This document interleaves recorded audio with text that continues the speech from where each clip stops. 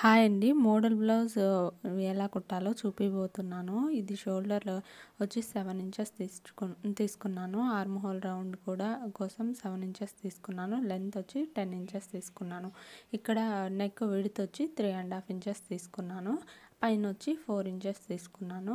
కింద 4 ఇంచెస్ తీసుకుంటే ఎక్కువ అవుతుంది అన్నట్టు వెడల్పు 3.5 తీసుకున్నాను. ఇక్కడ వచ్చి 4 ఇంచెస్ తీసుకున్నాను. స్టార్టింగ్లో దాన్ని ఒక బాక్స్ షేప్లో మార్క్ చేసుకుంటున్నాను. ఇక్కడ 3.5 ఇంచెస్ మార్క్ చేసుకొని కింద 10 ఇంచెస్ దగ్గర ఈ రెండింటిని ఇలా మార్క్ చేసుకుందాం. స్కేల్తో కొట్టడం వల్ల లైన్ అనేది స్ట్రైట్గా వస్తుంది. అందుకని నేను స్కేల్ని యూస్ చేస్తున్నాను.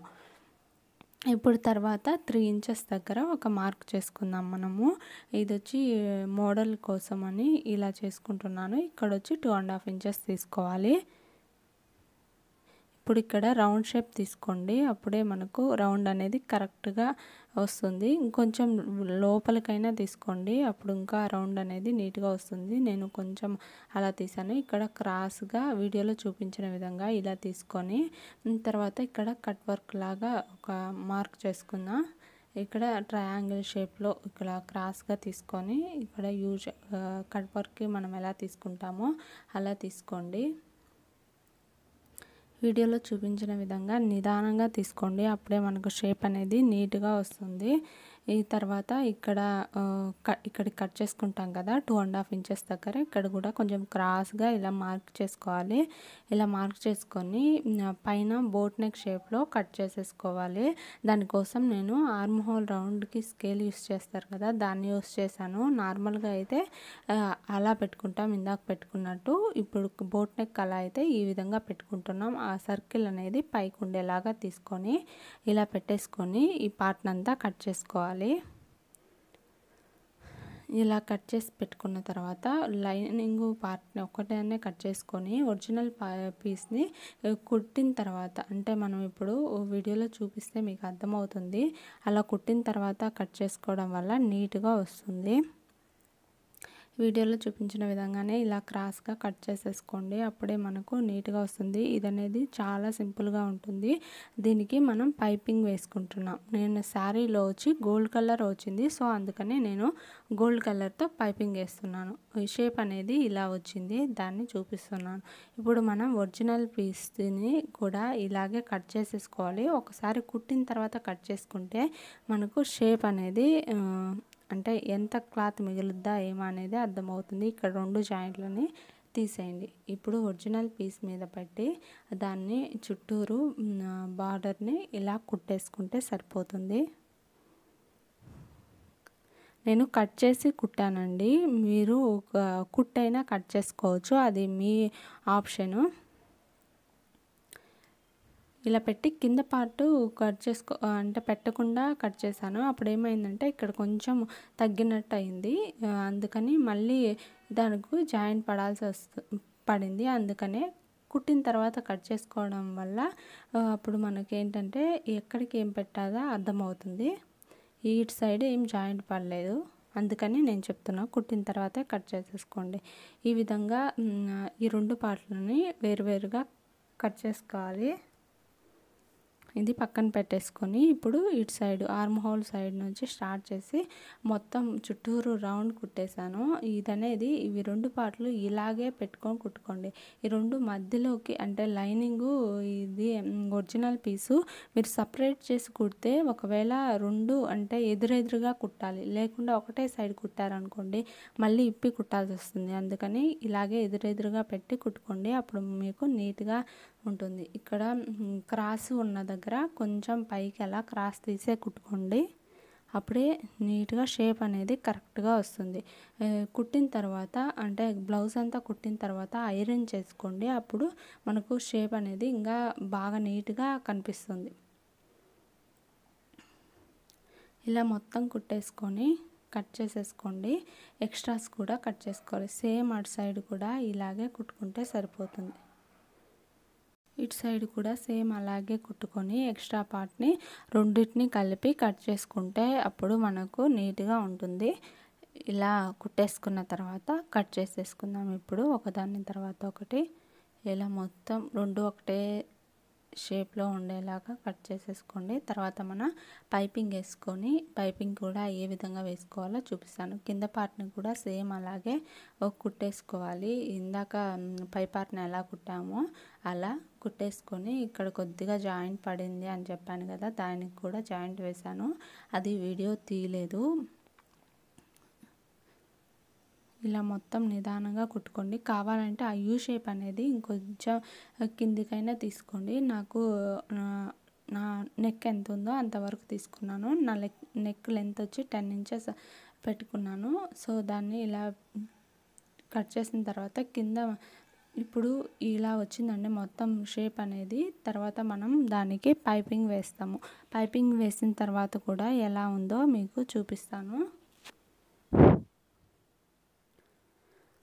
ఇలా వచ్చిందండి షేప్ అయితే. ఇప్పుడు మనము ఇక్కడ డాట్స్ వేసుకుంటాం కదా, మనము వెనకల నెక్కి దాన్ని ఎలా వేయాలో చూపిపోతున్నాను. లెంత్ వచ్చి 3.5 ఇంచెస్ తీసుకొని ఇలా క్రాస్గా డాట్ వేసుకోండి 2 సైడ్లు. తర్వాత ఇటు సైడ్ అటు సైడ్ డాట్స్ వేసుకున్న తర్వాత కింద మనం పట్టీలాగా వేస్తాం కదా బెల్ట్, అది కూడా వేసేసుకుంటున్నాను. తర్వాత అంటే పైపింగ్ వేయకుండా ఓన్లీ ఇలా బెల్ట్ లాగా వేసేసుకుంటున్నాను. ఇక్కడ డాట్స్ వేసిన దగ్గర ఇలా ఫ్రిల్ పెట్టుకోవడం వల్ల మనకంటే కొంచెం ఫ్రీగా ఉంటుంది.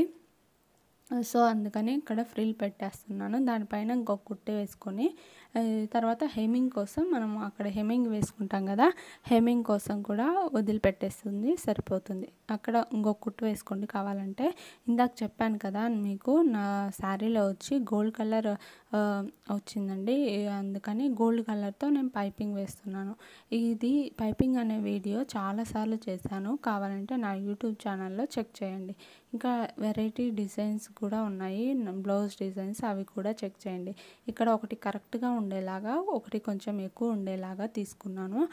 తర్వాత ఫోల్డింగ్కి పనికొస్తుంది. ఆ ఎక్కువ ఉండేది వీడియోలో చూపించిన విధంగా ఇలా పైకి వచ్చేలాగా పెట్టుకొని అక్కడ కుట్టేసుకోండి. ఎందుకంటే వెనకాల తిప్పినప్పుడు ఫోల్డ్ చేసుకోవడానికి ఎక్కువ ఉండేది కదా ఫోల్డింగ్ అవుతుంది, తక్కువ ఉండేది అయితే అక్కడి వరకు సరిపోతుంది. ఈ విధంగా అంటే రౌండ్ వచ్చిన దగ్గర ఇలా చిన్న చిన్నగా తిప్పుకుంటూ తీయండి, సరిపోతుంది. ఇక్కడ కట్స్ ఉన్న దగ్గర కట్స్ పెట్టేసుకోండి.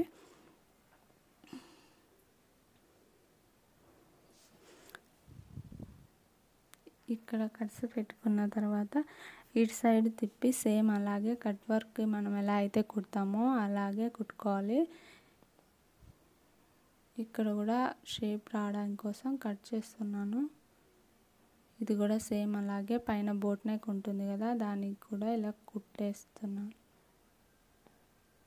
సేమ్ అటు సైడ్ది కూడా సేమ్ ఇలాగే అక్కడక్కడ ఎక్కడైతే మడుగుతుందో అక్కడంతా కట్స్ పెట్టేసుకోండి, సరిపోతుంది. ఇక్కడ కట్స్ వస్తాయి, ఇక్కడ అనేది తర్వాత మనం ఫోల్డ్ చేస్తే సరిపోతుంది. ఫస్ట్ అన్ని పార్ట్ని కుట్టేసేసుకుందాము.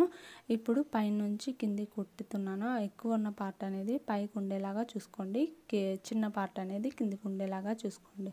ఇది కూడా సేమ్ అలాగే ఎక్కడైతే మనకు తిరగటం లేదనిపిస్తుందో అక్కడ ఒక కట్ లాగా పెట్టుకోండి. ఆ కట్ అనేది మనము ఒక స్టిచ్ వేసింటాం కదా ఆ థ్రెడ్ పైపింగ్కి, దానికి కొంచెం యువతలకు ఉండేలాగా పెట్టేసుకోండి. ఈ కట్స్ షేప్ దగ్గర మాత్రం కంపల్సరీ ఒక కట్ అనేది పెట్టాలి, లేకపోతే ఈ దారం అనేది తిరగదు అండ్ షేప్ కూడా సరిగా రాదు.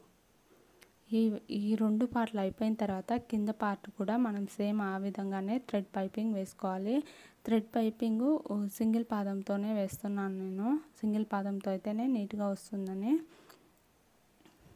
ఇప్పుడు కింద పార్ట్ కూడా మొత్తానికి కాకుండా ఈ మధ్యలో ఆ రౌండ్ షేప్ వరకే వేసేసుకుంటే మనకు సరిపోతుంది.